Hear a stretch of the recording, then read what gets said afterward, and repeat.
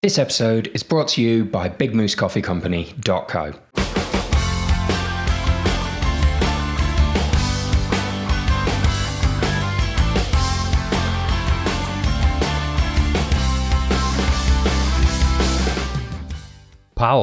Pals, greetings and welcome to another episode of Everything Endurance. Thanks for joining us once again, and joining us en masse, no less. We've been looking into it and we've had like 3 times more listeners over the last few episodes than we've had at any other time in the past. So welcome, and where have you been, to everyone who's finally joining us to just generally chat to awesome adventure people. So, you know, most episodes recently I've been saying, hey, give us a like. Get on the subscriptions, leave us a review. You guys have been doing it. We've been kind of inundated over the last few weeks. We've been hearing from you in a way that we haven't heard from you before, and it's been great. So keep it coming. Keep commenting, keep reviewing, keep messaging. We're not saying get in there and leave us sparkling reviews. I mean, we'd like you to. We think we deserve them. But go out there and tell us whatever you think we need to hear, okay? You are a part of this process as well. With that in mind, I don't know if you've noticed, from time to time I'm sporting some fantastic Beyond the Ultimate merch. We are going to pick out a couple of people who comment or review any of our stuff wherever it is over the next few weeks, because trust us, we spy on it all. We're going to pick out a couple of people at random over the next couple of weeks and ping you a little thank you over. So, you know, free stuff. Thanks once again. I'm going to keep doing this in every lockdown episode that we do. Thanks once again to everyone who's been in any way part of the coordinated effort that has led to us seeing just a little ray of sunshine on the horizon. It's different all over the world, obviously, and wherever you are. I hope things are good for you and that they keep being good for you. Here in the UK, we're at a point now where soon we'll be able to have a cup of tea in a garden centre or see a few friends in a park, which sounds like a little thing, but that's a lot further on than where we were a few weeks ago. Let's leave the misery of this dystopian, viral, riddled world behind us for a minute and chat to the amazing adventurer that I've got for you today. Today's guest is someone who's done something just bewilderingly awesome. In November last year, he came to the end of a 96-week trip. And during those 96 weeks, he had run a marathon at least every 2 or 3 days throughout that entire time. So, that, I mean, already that's a pretty awesome, huge thing that he's done, and an awesome number of miles that he's managed to rack up. But every single one of those marathons was in a different country. That's 196 different races in different countries across 96 weeks. This guy literally ran the world. And just before I introduce him, I will say, if you are watching this on YouTube, you're going to notice that today's adventurer, he's living the adventure van life. He lives wherever the whim takes him on a day-to-day basis. And as a consequence, we're talking to him in the back of his home/van, which doesn't have spectacular Wi-Fi, funnily enough. So the video is a little patchy here and there. No problem with the audio, though. You'll be able to hear everything. So without further ado, let's leave this boring stuff behind and talk to today's guest, which is Nick Butter. Nick, welcome to the show. Hello. It's fantastic. Thank you very much for making time to talk to us. It's very appreciated.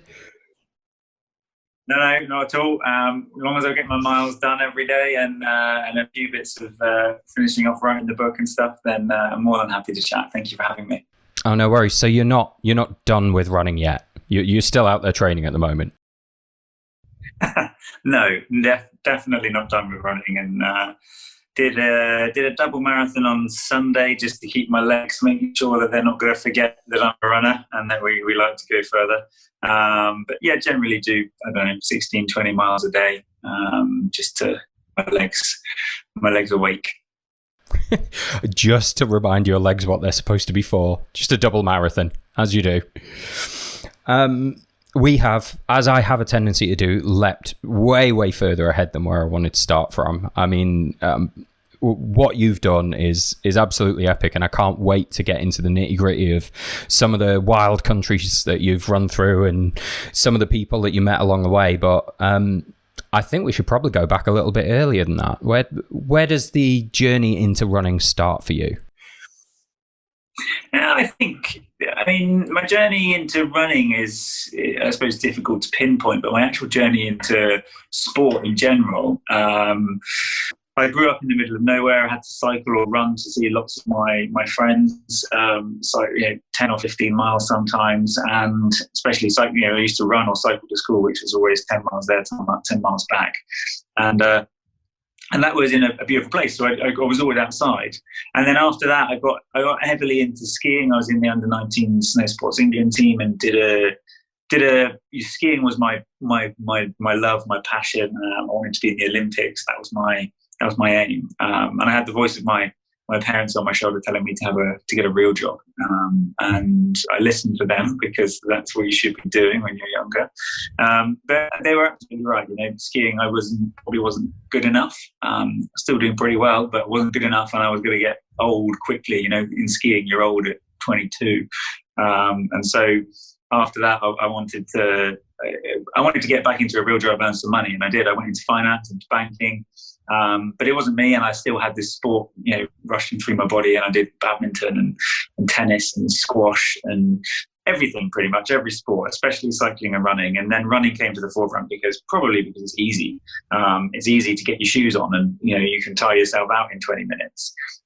Whether if you're playing tennis or badminton or another team sport, then it's not as accessible. And so I then began running a few times a day, and then I started to do races and started to do well in races. And then it wasn't just running anymore; it was competing.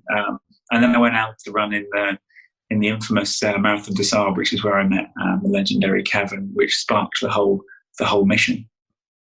Yeah, I mean, I read a little bit back on there. So you were tent mates with Kevin Webber out on the MDS, yeah? Yeah, Kevin Webber. I mean, what an absolute hero! He is. He really is. He's a fascinating guy, and I was put in a tent with him through our mutual coach Rory, and I never met him, and he then told me this horrendous news that he had prostate cancer. But what I didn't understand about Kev is that he was incredibly happy. There was this disconnect between why he was smiling and happy and bubbly and living this amazing life, but actually he was telling me that he was potentially only going to live for 2 years. His diagnosis was terminal and was only going to be for as little as 2 years. And so, I didn't understand it. We were having an amazing time in the desert. It's very, very hot. You get to know each other very quickly. And then skip ahead a little bit further.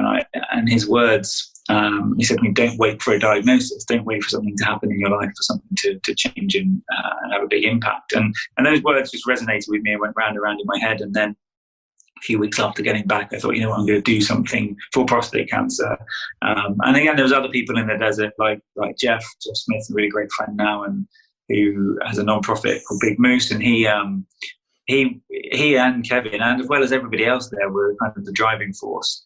But I was slowly being pushed towards this cliff of doing something silly for quite a long time in my sporting life, like we just talked about. And so I wanted to raise some money for the charity, and I wanted to do something that nobody had ever done before. And a quick Google showed me that nobody had ever ran a marathon in every country. Nobody even had tried it. And naively, I thought, well, why not? We put people on the moon. I now realize why not. It's difficult, expensive, and terrifying sometimes.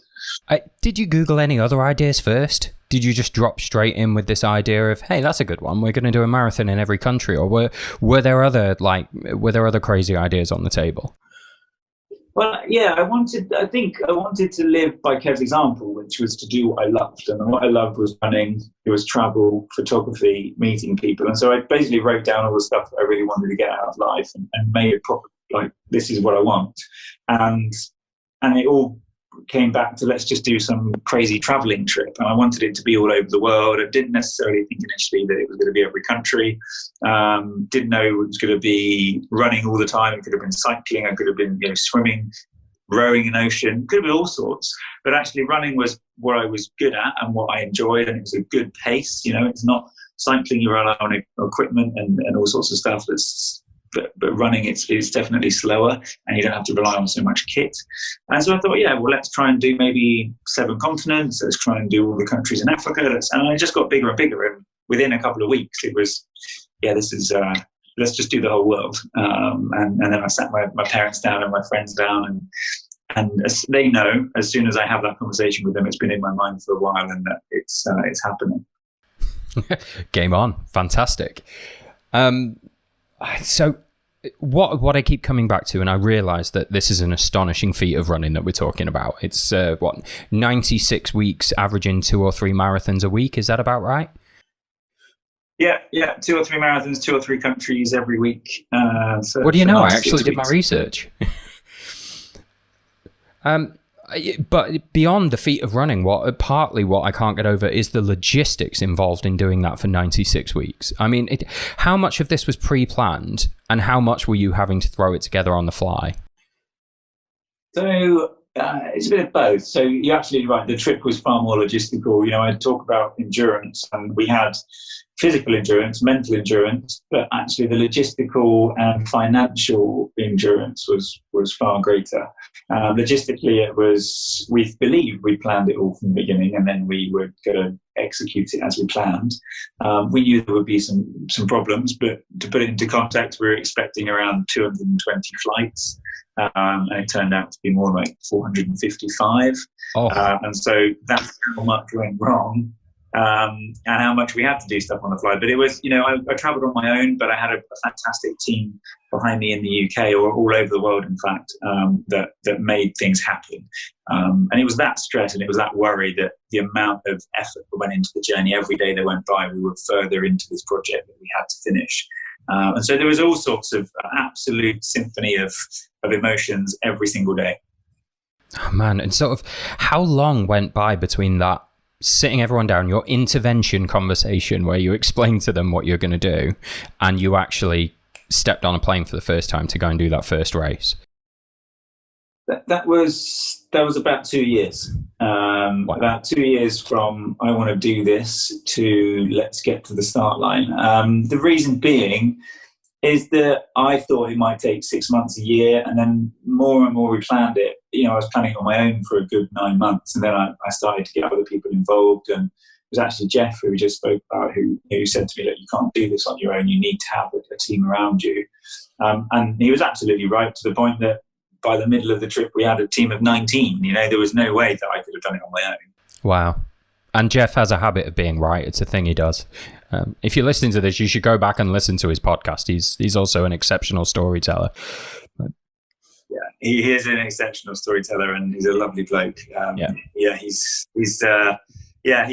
one of the really great human beings. And so I think the whole journey was tough on many elements, but from walking down the high street to go and knock on the door at a travel agent for the first time and say, well, I want to go everywhere, what's the quickest route? They'd never had that before, and they didn't really do a very good job. And we only later found out that actually most of the route they put together was just impossible, and the flights didn't exist, or boats or buses or taxis or anything didn't exist. And we ended up replanning everything, and ultimately we ended up, my dad took on the role as the person to book all of the flights, and his responsibility was getting me from A to B. I just had to follow the plan. So whenever he called, it was bad news, basically. Oh man. Well, I hope you and your dad are still getting on fine after 2 years of him planning the logistics for you. Yeah, he's brilliant, actually. It's very nice to be able to share it together, and it wouldn't have been possible without very intense relationships with your family that obviously care for you. But it wouldn't be possible without anybody. The amount of thousands and thousands, literally tens of thousands of people supported the journey, and I would say close to 500, 600 people were absolutely mandatory in getting the job done. I mean, at what point along the way, well, you know what, I was just thinking, the cumulative amount of hours you spent on a plane in those 2 years, do you even have any idea what ballpark that was? Because you must have spent a disgusting percentage of your life in that time sitting in planes. Yeah, a lot, if not in planes, in airports. Yeah. And lots of places that, some countries have airports, but they don't have roofs. Some have airports without security scanners. Some have airports that don't look like airports. even just airports, I can talk to you. I wrote a whole book on them. Lots of airports, lots of countries, like going to places that I didn't need to go to just to get a flight to another place. And I think there's this general consensus that I flew from country A to country B to country C, but more often than not, it was 2 or 3 flights between each country to get me to the right place in order for my onward travel then to connect. So it wasn't easy. No, I bet. So where did it begin? What was the first marathon? First one was Canada. So we started, if you look at the map, we just thought, well, the weather's going to be a problem, but we can't outrun it. And so we just went, well, let's just go from left to right. Let's just do the Americas first, then go over to Europe and Africa, and then do Asia and the Pacific. And so we did. Did Canada first. It was 6th of January 2018. It was minus 25 degrees C. It was freezing and cold. And I was completely underprepared. And amazingly, I still didn't have all of the right gear. I expected it to be about -10, so you could kind of layer up and be okay, but minus 25, you need extra hand warmers and gloves and hats and all sorts of stuff. And so I had to borrow most of my kit for marathon number 1. And then before I knew it, marathon 2 and 3 and 4 and 5 came, and within the first fortnight, we were already half a dozen countries down. I mean, that's just incredible. They must start going by in a blur sooner or later. So you say that was about what, minus 20, minus 25 degrees in Toronto? What was the other end? Where's the hottest marathon you ran?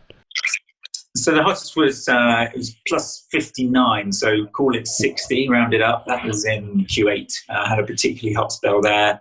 But you've got all sorts of weather. You've got thunderstorms, you've got rain, you've got humidity.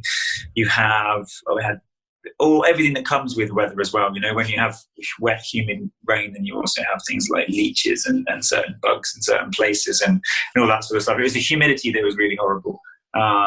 And I've learned that most of the world, wherever you are, is warmer than the UK. Africa was, I think our average temperature in Africa was 41 degrees for the 9 months I spent there. And so that's nearly double the hottest ever London marathon. And so I was running, and I got very, very used to running in those heats. And so things like water became the biggest problem of the day, and traffic, making sure I wasn't going to be hit by cars, which didn't always work out, and bits and pieces like that. So there was lots of things to juggle when it comes to weather. Were there many times across that sort of 96 weeks? I mean, what sort of proportion of them were organised races you'd managed to jump into? Because I can't imagine you were able to fit your schedule around a race calendar at all. Yeah, well, we looked at that, and it's very difficult to answer how many organised races there were, because number one, we looked at it, and there just simply weren't organised races everywhere in every country. There weren't marathons in every country, and so that's not possible. The only way is to organise a race yourself, which then takes more logistics. And then linking up the countries that do have races means flying, potentially quadruple the amount of air miles just to get from one place, and it was going to take another year on top of that planning. And so we thought, well, actually, I don't want to do organised races. I'd already done 500 odd events. I've done nearly 700 marathons now. And I don't really want to go and do proper big city marathons, because I've done them a lot. And generally speaking, you have to add another day per every country if you do that, because you have to go and pick up your bib, you have to find to be in the right place at the right time. Of course, you've got to be at the expo. And you have to. That's the kind of thing, If I was also going to those places, it adds an extra day per country, which is 9 months in total. And you then add all of the factor that I'm just going to be running in a crowd of people, and it's going to be the same thing every time.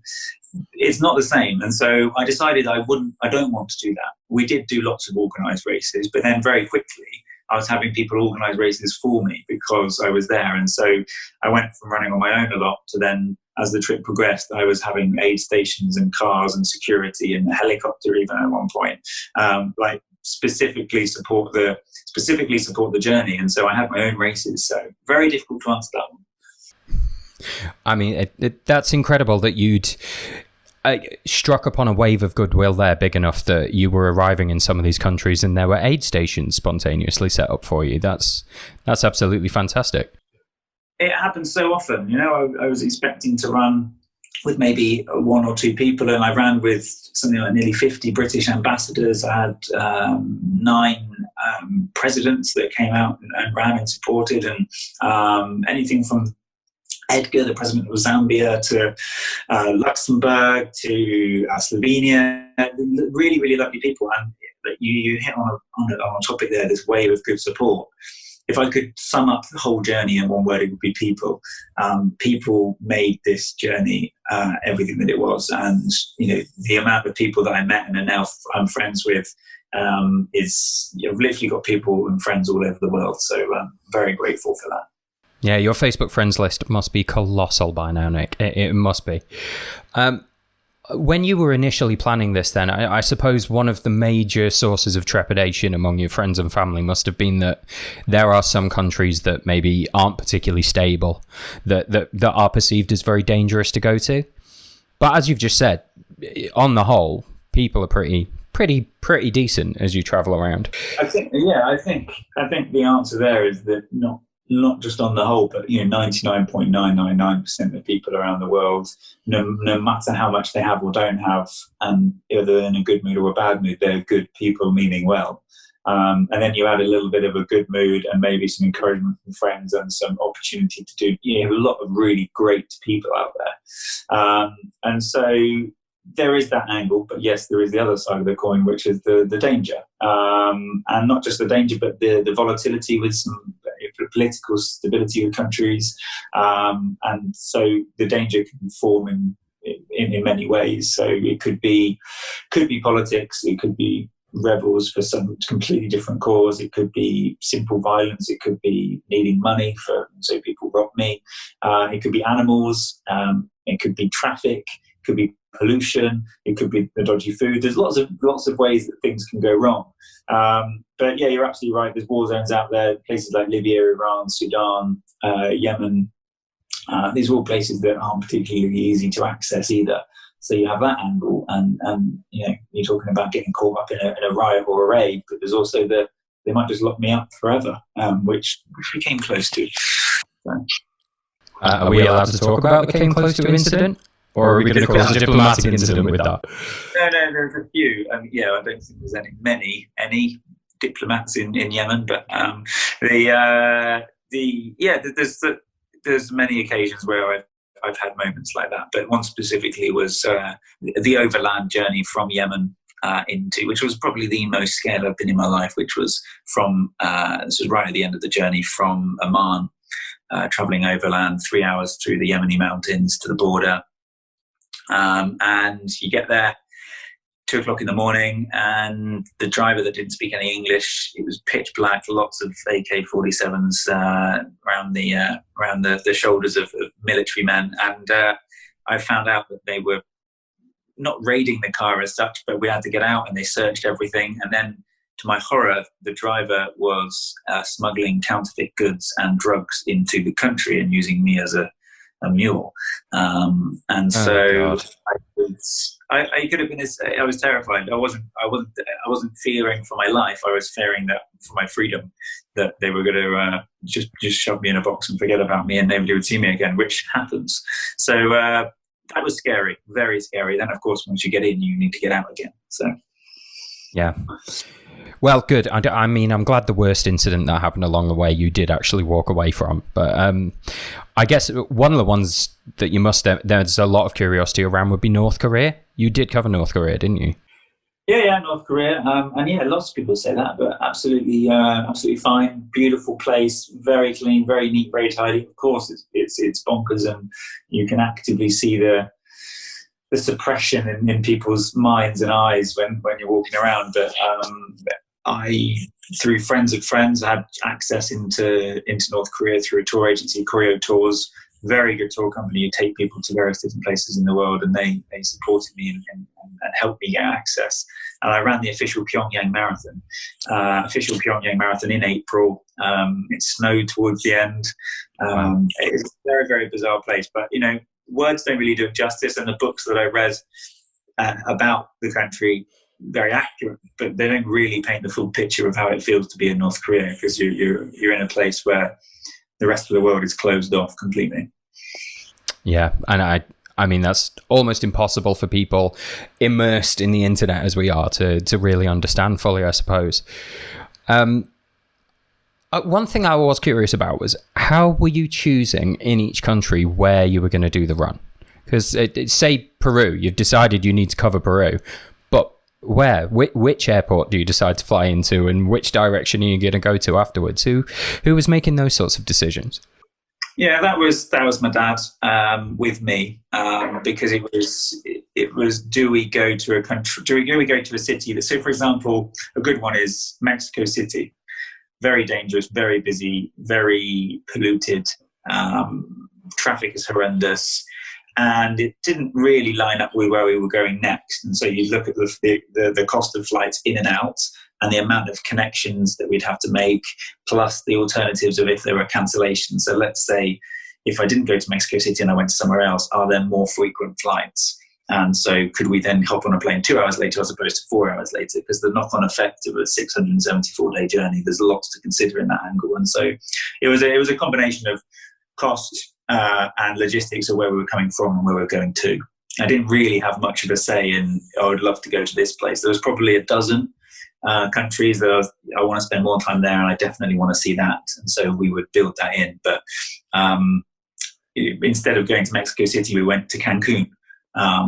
It felt wrong doing so because I wasn't seeing the real Mexico, but that wasn't the point of the trip, you know. And then you use Peru as an example. I actually had over a week in Peru because I went to the Copa Canyon, I did Machu Picchu. I saw lots more because it was one of the countries I wanted to see more of. And so I ran in Lima and then went up and did all of the other stuff, and then came back to Lima and flew out again. So it's not the same for every place. You did well there to fit in some sightseeing time in the middle of 96 weeks of running marathons. That's very good work. Yeah, we had to make sure that happened because I wanted to see the world as opposed to just run it. Many places I went to, I wanted to see more, but there's plenty of places where I thought, no, that's about right. I know that if I do come back, I just have to go and do that bit. And so I think overall, you can see a lot if you run 26 miles through a city. You know, if you go for a week's holiday somewhere, you never usually even walk 26 miles in that time. And a lot of people do just stay within the confines of the hotel, which is a shame. So, you know, nearly 30 miles out and about in the city on your own is a good way to see a place. Yeah, it absolutely is. So some of the countries you went to would have been quite geographically small, or there would have been other limitations on your movements when you got there. Were there anywhere you had to, like, what were the oddest conditions you had to run a marathon under? Loads. So you say, so obviously the smallest country in the world is Vatican City, within Italy, and so I ran in Rome the day before, and then I ran in the Vatican the day after, which was 82 laps of the Vatican. Just going around. Very nearly got arrested there as well, so I didn't have permissions to be running, and it was very, very busy. Anybody that's been to the Vatican will know that it's just absolutely swamped with tourists in the height of summer. And then you've got the likes of the Pacific Islands, which are some very small, bigger than the actual Vatican, but very, very small spots of land, and they're not particularly easy to run on, whether it's beaches or rocks or buildings. And so finding routes isn't necessarily that easy, but I came across other troubles like dogs. Dogs were a big hindrance in the Pacific Islands. They're apparently very well known. The islands of being just crowded with vicious dogs, and I learned the hard way they are. There's even a few islands out there, one being the Marshall Islands, who the whole nation, tiny island in the Pacific in the middle of the ocean, has a whole diabetes crisis because people don't walk on the streets because the dogs are too aggressive and they bite people. And so they've had people to come in and cull the dogs and shoot the dogs, and yet they still keep breathing and coming back. And so I learned all sorts of stuff like that. But, you know, in that situation, I was forced to retreat back to where I was staying, and I couldn't run the rest of the island because dogs were surrounding me and barking at me and threatening to bite me. And obviously I need my legs. Yeah. And so I couldn't just give up, and I couldn't stop running, but I couldn't carry on running with the risk of being bitten. And so I went back and I ran around 335 laps of a car park in the Marshall Islands. Oh my days. Car park was more of a gravel area than a car park. So yeah, it was many situations like that where things I hadn't even considered forced me into a different route. Unfortunately, we've now entered a kind of lockdown world where people are beating you to it there and running 1,000 laps of their own front room and stuff. But that there is a different kind of tedium involved there in just running round and round a car park. Oh, it's absolutely horrendous. And yeah, you're absolutely right with the virus. I did my own version. Obviously, living in a van, I did 2,300 laps around the van just to see what that was like. I've done laps before, but yeah, 300 laps around a car park when you need to get onto another country immediately afterwards is. And it happened to be a horrendous storm that came over, and thunder and lightning throughout the whole journey. So that was an interesting one. Were there any that took 2 attempts to get that country done, where stuff just got in the way and you weren't able to do it? I read somewhere that you pushed on through 22 marathons with food poisoning, so I know you weren't stopping for anything if you could help it. Yeah, no, didn't stop for anything. It was very much a case, and the people that came out to help me run, some friends of mine, Andy, he came out and did 19 with me. Danny came for me for a month in Europe, and they very quickly knew that as soon as I started my watch, I finished that marathon regardless of what's going on. In the Maldives, I had a horrendous kidney infection. I was just running loops more or less around the central hospital just in case anything happened to me, but I was absolutely in agony. And then being bitten by a dog mid-run and all that sort of stuff. But food poisoning was the real killer. Food poisoning a lot, and getting out of bed to run when you feel like that is not fun. Oh, man. I mean, I had food poisoning from a takeaway 3 days ago, and I'm still not feeling great. The idea of having got out of bed and run a marathon the day after that would have been unwise for everybody involved in the transaction. I doff my metaphorical cap to you on being able to do that. They must have been tough days. They were tough days, and the miles were long, very, very long miles. Everything felt so much more difficult, and I was throwing up more or less. In Bangladesh specifically, it was very, very humid and hot. Having food poisoning is one thing, but then getting out and being in a humid environment that also where we were running around a lake didn't smell particularly great. And I was throwing up every mile, more or less, more than every mile. So and you can't take in fluids. You have to run to a bathroom. I had a few, I'd say maybe 10 countries where I had, you just have to run from bathroom to bathroom and then hope for the best. So it was quite entertaining after a while, because you're on your own. You're in a place you've never been to before, and there's nothing to be embarrassed about. You just got to give it a go and see what happens. Let's not paint too graphic a picture of what we're getting into here, but I absolutely see what you're saying. One thing I heard you mention before as well is that you are known as a runner now and the man who ran the world, but also a keen photographer.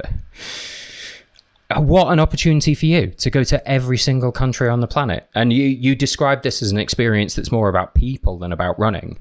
I mean, I don't know where to begin asking you about some of the more memorable interactions while you were traveling around the world, but I kind of am. So yeah, there's I know what you mean. The photography element and capturing things in your memory. So having done every country and now having been back for 5 or 6 months, if you asked me to name every country, I couldn't. I would probably get to about 20.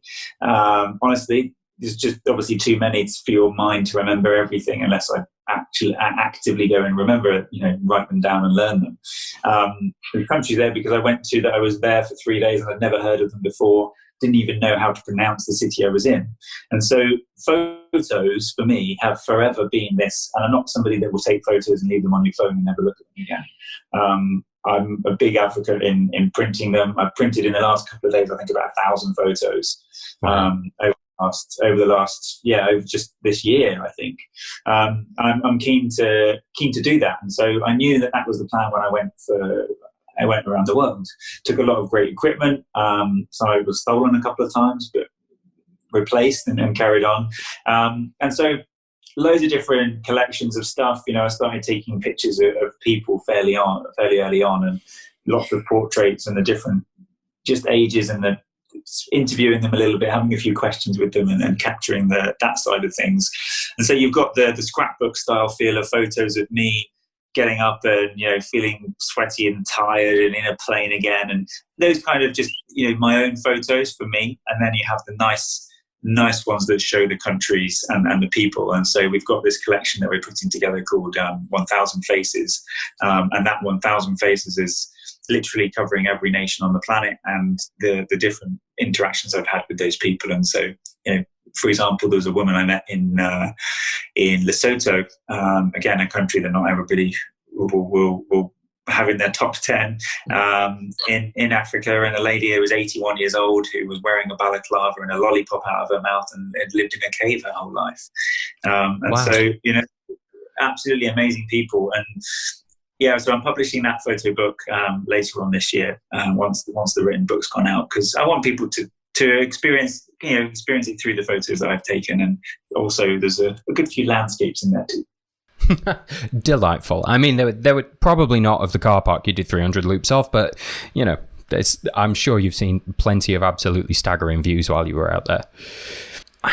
I don't want to ask for a list of favourites, Nick, but I don't really know how I can get to the end of this having avoided it. I mean, there must be some runs that stick out in your mind more than others. What were those sort of keystone moments along the way? Yeah, there's great, I suppose you've got the great countries, the real memorable countries for the country, and then memorable runs for the run themselves. And so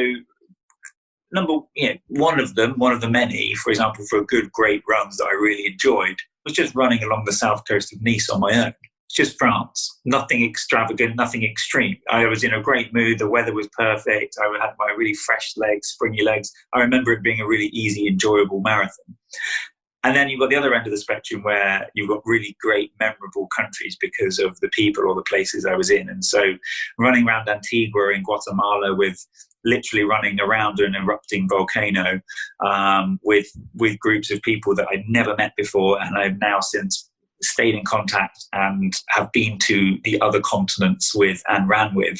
And so, making friends in amazing places with different food and different cultures, and running past alpacas and pigs and an erupting volcano, and then the next minute you're onto a completely different continent.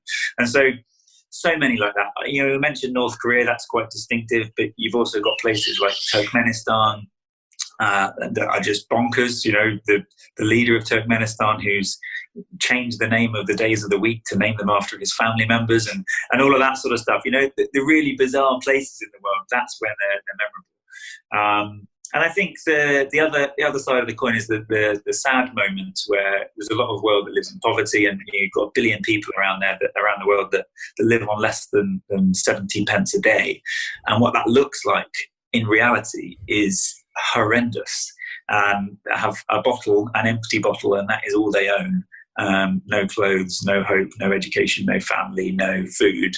And it's seeing that and experiencing that on the runs. I went through a big chunk of the trip where I didn't feel worthy for doing it, and I thought I was just this privileged, rich Westerner idiot that's just traveling around the world, where I should just be putting every penny I have in my pocket into the hands of these people. And so there's those sides of it. And Sierra Leone was a country that stood out to me as I ran in Makeni, absolutely stunning place with some brilliant people, as part of the Street Child Marathon in Sierra Leone. Yeah. And gorgeous run. And then a friend of mine who worked as a doctor in Sierra Leone, she showed me around the hospital where 80% of the kids under 5 die. And you realise that this is a part of the world that you can't not just be in tears at. And so there's many memorable moments for different reasons. And Sierra Leone is definitely up in my top 5 of places because it was so powerful. No, I bet. And it's, as you say, it's a very different thing, and it's a very odd feeling. I haven't done anywhere near the list of countries that you've managed to tick off, Nick, but I've been able to do a pretty decent amount of traveling over the last few years, and there's kind of a palpable sense of guilt that comes from running through areas like that, because you were able to get there and they're not able to feed themselves a lot of the time. No, you're living in a world where we've got less than 1% of the planet have ever ran a marathon, and we've got less than 1% of the planet that have ever left their own country. And I'm leaving my own country to go to every country and run a marathon in all of them. You multiply that up, and I just think, well, should I be doing this? And there was genuine moments throughout the trip where I thought, look, I don't know if I should continue because of the fact that I've seen this stuff now. And I did, because I appreciated that, number one, selfishly, I wanted to finish and I wanted to see the world. I think that's the real truth of the matter, is that I was selfish in the fact I wanted to do that. But also, I am now able to share the story, and I have a bigger picture that we've obviously launched our foundation, and we're doing some work there. But it was hard. It was really hard to see that kind of poverty, and not even just extreme poverty. The kind of people that live on $4 a day, where quadruple the bottom, that billion people living on virtually nothing. The $4 still isn't that much. Maybe there's a bike, or maybe there's an extra bucket, and maybe you do have some money to be able to pay for some food.